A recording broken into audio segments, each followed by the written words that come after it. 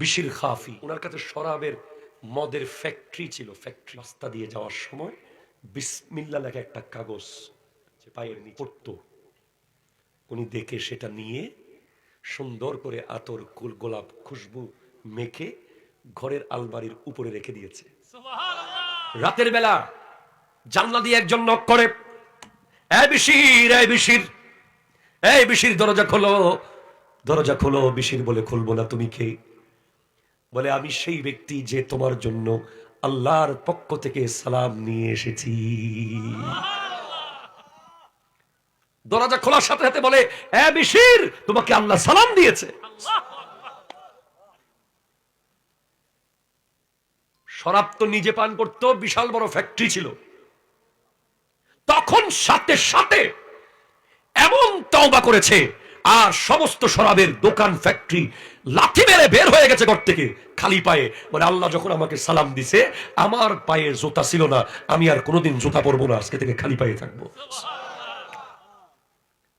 এরপরে আল্লাহ পৃথিবীর ওই এলাকার সমস্ত পশু পাখিকে বলে দিয়েছে, আমার বিশির যে রোডে হাঁটবে, ওই রোডে প্রস্রাব পায়খানা করবি না। শুধুমাত্র ওনার কারণে উনি যে রাস্তায় হাঁটতেন, গরু, গাধা, ছাগল, ভেড়া, দুব্বা, ঘোড়া, পাখি কেউ প্রস্রাব পায়খানা করত না, কারণ উনি খালি পায়ে হাঁটে। একদিন বাগদাদের এক ওলি দেখে রাস্তার উপরে ঘোড়ার মল, পায়খানা। তখন ওই ওলি বলে, ইন্না লিল্লাহি ওয়া ইন্না ইলাইহি রাজিউন। আরেকজন জিজ্ঞেস করে, আপনি কেন ইন্না লিল্লাহি পড়ছেন? বলে, আজকে বিশির খাফি ইন্তেকাল করেছে। বলে, আপনি কেমনে বুঝছেন? বলে, বিশির খাফি যদি জিন্দা থাকতো তাহলে রাস্তার উপরে পশুর পায়খানা থাকতো না। পরে দেখা গেছে ঠিকই বিশির খাফি ইন্তেকাল করেছে।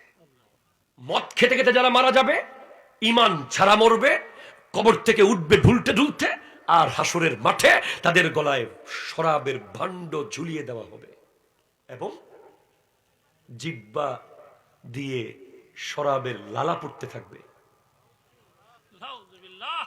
জিহ্বা লজ্জাস্থানের সাথে লেগে যাবে। আর ওই শরাবি যদি জাহান্নামে যায়, তাকে মানুষের পচা গলা পোচ খাওয়ানো হবে। যত গ্লাস শরাব খেয়েছে তত গ্লাস পোচ খাবে, পোচ।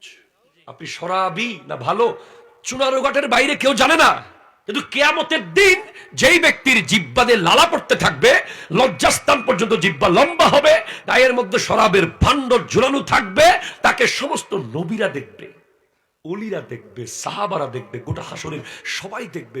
নির্লজ্জ ওই বেহায়ার অবস্থা কি হবে? লাঠি মারেন, লাঠি মারেন, ওই বোতলটাকে লাঠি মেরে ফেলে দেন। একটা ফোঁটা যদি তার রগের ভিতরেও থাকে, রক্তে, 40 দিন তার নামাজ কবুল হবে না।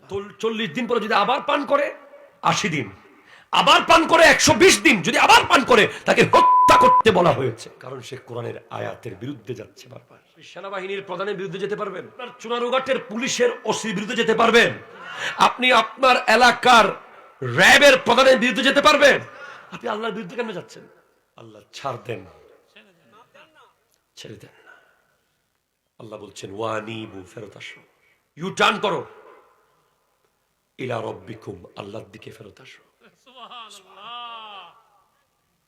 আপনি শরাব পান করেন, আপনি কোনোদিন এটা মনে করিয়েন না যে আপনি মাপ পাবেন না। আপনি ক্ষমা চান। আমার আল্লাহ বলেছেন হাদিসে কুদসিতে, ক্বাল আল্লাহু তাআলা, ইয়া ইবনা আদম লাউ বালাগাত যুনুবাকা ইনানাস সামাই ফাস্তাগফারতানি ফাগফারতু লাকা।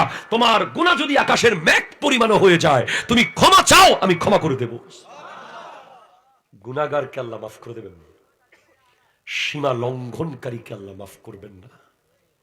একটা হলো গুনাহগার, আর একটা হলো সীমা লঙ্ঘনকারী।